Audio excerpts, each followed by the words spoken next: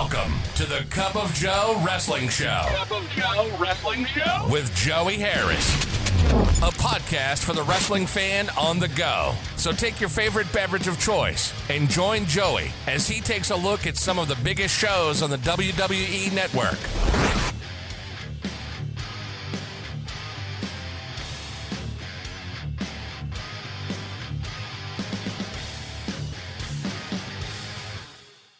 From makeshift studios in the shadow of South Central Virginia, this is the Cup of Joe Wrestling Show. I am your host, Joey Harris.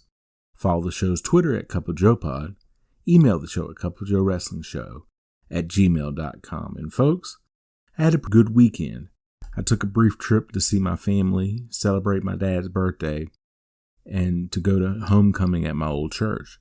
The guest speaker was the pastor from when I was around 10. He and his wife both said that I looked the same, just with gray hair. Today, Project 45 lands in the year 1992 as we take a look at a very special episode of WWF Superstars from December 12th, 1992. In December 1992, I was a freshman in high school. Bill Clinton had just been elected president, and my wrestling fandom was huge. This episode of WWF Superstars was shown on December the 12th, 1992. It was recorded on November the 24th, 1992, from the Irvin J. Nutter Center in Dayton, Ohio. We start off with our intro. Vince McMahon and Bobby Heenan welcome us to Superstars. McMahon says that the main event of the Royal Rumble will be announced, and Heenan says he's excited, because if you want to talk about royalty, he's excited to bring on the man who is royalty himself, the King, Jerry Lawler. Hell has frozen over as Lawler makes his debut as the Superstars color commentator. He thanks Heenan for the introduction and says Jack Tunney begged him to come here to share his knowledge of wrestling. They run down what we are going to see this week. The Nasty Boys Knobbs and Sags versus John Reckner and the Brooklyn Brawler. Reckner is the future Balls Mahoney. Knobbs and Brawler start as McMahon puts over the Nasty Boys, who have recently turned face. Brawler drives Knobbs into the corner. Knobbs reverses it and hits Brawler with some big forearms. Brawler reverses a corner whip, but misses the charge when Knobbs moves. Knobbs hits him with a clothesline. Knobbs hits Brawler and runs him into Sags' outstretched boot, and Sags is tagged in. Sags with an elbow to the midsection. Sags with an Irish whip and a back elbow. He follows that up with a pump handle slam. Brawler comes back with a rake to the eyes, and Reckner is tagged in. He hits Sags several times and Irish whips him. But Reckner drops his head too early, and Sags hits him with an elbow to the back of the head. He runs Reckner into Knobbs' armpit. Sags then steps on Reckner's face. Knobbs tagged in. Sags with a corner whip to Reckner, and then whips Knobbs in after him to hit Reckner in the corner. Knobbs follows that up with the Bulldog. Sags tagged back in, and he climbs up top and hits the pit stop on Reckner to pin him. Update with Mean Gene Okerlund. Mean Gene has a Royal Rumble update and announces Bret Hart versus Razor Ramon for the WWF Championship. Mean Gene then shows highlights from past Royal Rumbles and announces the winner will face the WWF Champion at WrestleMania. Bam Bam Bigelow versus John Paul. Paul with some early offense. Bigelow takes over as Doink is shown in the audience. He doesn't have a name yet. Bigelow wins after a flying headbutt. Doink throws a bucket of confetti at Bigelow. Event Center with Sean Mooney. The Big Boss Man talks about being an instrument of justice in the WWF. Money Inc. and Jimmy Hart talk about being the tag team champions again and how aware they are of the Nasty Boys and will handle them. Reverend Slick with information and a sermon about the Royal Rumble. He preaches hope and tells people to have a happy day. Marty Jannetty versus Dwayne Gill. Jannetty with a wrist lock into a hammer lock and a double leg takedown of Gill. Jannetty turns that into a front face lock as the clown is shown again down the aisle. Gill comes back with a wrist lock of his own. Jannetty with a go behind into a monkey flip on Gill. Jannetty with a flying leg scissors to Gill. Shawn Michaels is shown on the split screen and Vince McMahon asks him where Sensational Sherry is, and he says he doesn't know, as Jannetty has changed to a wrist lock on Gill. Jannetty with a corner whip, and Doink is back at ringside. Gill with a reversal and he hits Jannetty with several right hands. Gill with a corner whip, but Jannetty moves on the charge and Gill hits a corner post. Jannetty kicks Gill a couple of times while he is up on the turnbuckle.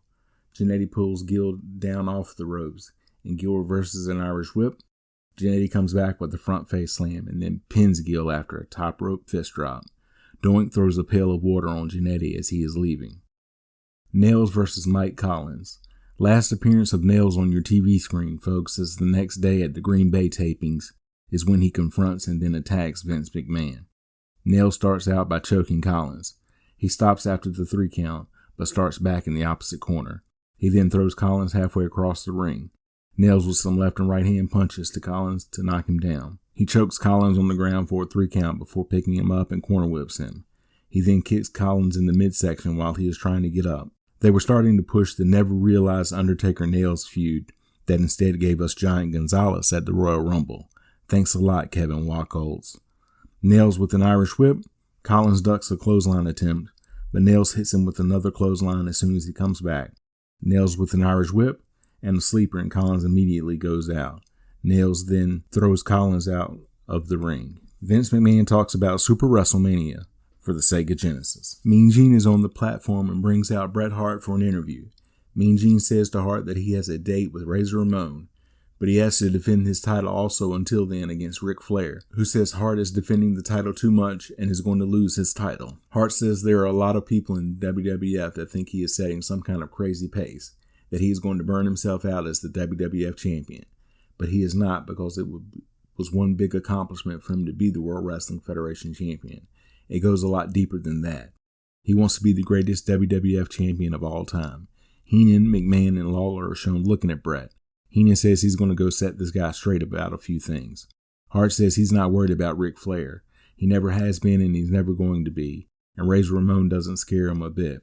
They are then joined by Heenan on the podium, and Mean Gene asks him what he is doing there. Heenan says he is a broadcast journalist and he can go any place that he wants. He turns to Hart and says, "But I want to talk to you, champ. First of all, are you wrestling Razor Ramon at the Royal Rumble, correct?" Hart says yes. Heenan says, "What makes you think when the Royal Rumble gets here, you'll even be packing this gold, champ? Because you're going to be meeting Ric Flair along the way. And if by some fluke you should get by Ric Flair, you would never survive the match with Razor Ramon at the Royal Rumble." Hart says, "You think so? You think Ric Flair intimidates me? He gave up to the sharpshooter, and as far as Razor Ramon goes, machismo, he doesn't have the technical ability to beat the excellence of execution in the Royal Rumble."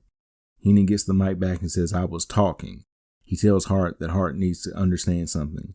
If the right one don't get you, then the left one will. And at this time, let me introduce the right one. And he brings out Ric Flair. Flair gets on the mic and asks Hart if he heard Hart say that Flair was breathing down his neck. Flair says, "Buddy, I'm in your king-size bed with your girlfriend in my arms. I'm that close." He says 2 times I've been all there is. He tells Hart that he better listen up. This isn't a long story. It's a short story. How Hart won the title and where Hart won the title mean nothing. He will guarantee Hart this. There's an arena in the world that has this ready to pop up on the marquee. It says Ric Flair, World Wrestling Federation champion for the 3rd time. Hart tells them it's nice to dream, isn't it? Flair says in closing, some little girl somewhere some night told Flair that Hart implied that Hart was the man, that to be the man you had to beat the man. He says, "Well, I've got a new one for you. Being the man and staying the man are 2 different things, Mr. Hart." Heenan then brings out Razor Ramon. Ramon gets up in Hart's face and says, "Hitman, you're the excellence of execution, Chico." He says Razor Ramon knows all about execution. He already proved that he's the only man in the WWF who is oozing machismo. And Hitman, everybody knows that Razor Ramon is the only man in the WWF who looks good in gold. After the Royal Rumble, he's going to have Hart's gold around Ramon's waist. He then flicks his toothpick into Hart's eyes, so Hart punches him. Flair and Ramon then both attack Hart and beat him down. Mr. Perfect comes out to save Hart, and he and Ramon start going at it. Ramon and Flair then leave the podium. Referees and officials come out and separate the 4 men. Lance Cassidy versus Gus Kantarakis. Cassidy is Steve Armstrong in a singing cowboy gimmick. Kantarakis with some early offense. He gets an Irish whip, misses a clothesline, and Cassidy comes back with a crossbody for a 2 count. Cassidy takes over and ties Kantarakis up in some moves for another 2 count. Cassidy with a corner whip and a hip lock out of the corner. Cassidy then goes up top and hits a flying clothesline to get the pin. Highlights of the Make-A-Wish Foundation fundraiser at Planet Hollywood with some of the WWF Superstars. The Undertaker with Paul Bearer versus Barry Horowitz. Horowitz attacks Undertaker right after he gets his stuff off, but it doesn't affect The Undertaker, so Horowitz rolls to the outside and yells and points to The Undertaker. Horowitz finally gets back in the ring. Undertaker hits Horowitz with a kick and a throat thrust to knock Horowitz to his knees. A short clothesline knocks Horowitz to the mat. Undertaker with an Irish whip.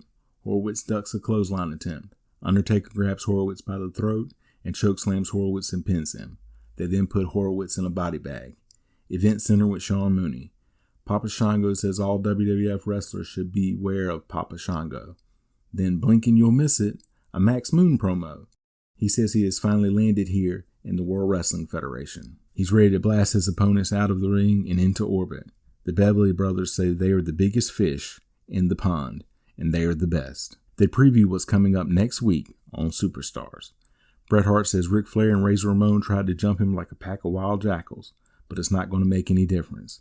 Flair has already made one mistake and underestimated Bret Hart once before, and says Ramon has to have some wrestling background to beat the excellence of execution. He doesn't care if it's 1 or 2, they're going to pay because he wants them bad. Fade to black. Final thoughts. This one hits my sweet spot of being a young wrestling fan in his early teens. Added bonus of Lawler's first appearance. Highly recommended. You can follow me on Facebook, Twitter, and Instagram at TheJoeyAirs. If you like the show, please leave a review on iTunes or Apple Podcasts. I would really appreciate it.